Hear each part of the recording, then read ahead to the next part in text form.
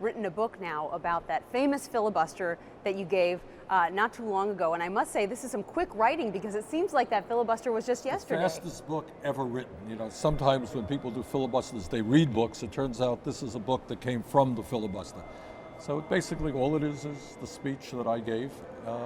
And actually, I think it reads pretty well because your writing is clearer. What you say is clearer when you speak it than when you write it. Mm-hmm. And in all due humility, I think it's a pretty good book.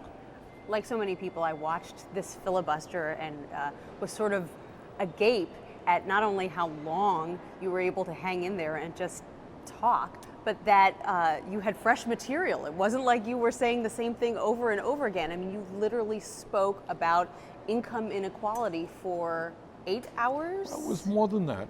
But what it was, and I think the reason it generated as much interest as it did, is what I talked about is not often talked about on the floor of the Senate. And I think, you go a long period of time before you hear people talking about the growing gap between the very, very rich and everybody else, or the collapse of the middle class, or what it means both morally and economically when you have so few who have so much and so many who have so little.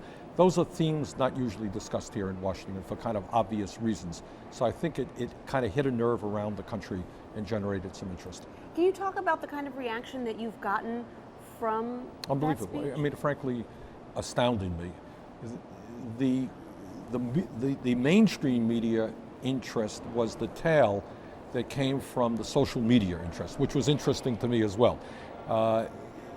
Wasn't the New York Times so interested in it as it was apparently millions of people who were twittering, people on Facebook, people on the internet.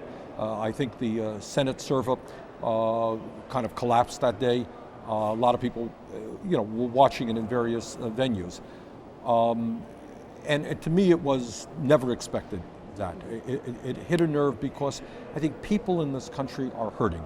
No question. People understand that the middle class is collapsing. People are working longer hours for lower wages. People are seeing their kids for the first time in modern American history are going to have a lower standard of living than they do unless we transform the economy.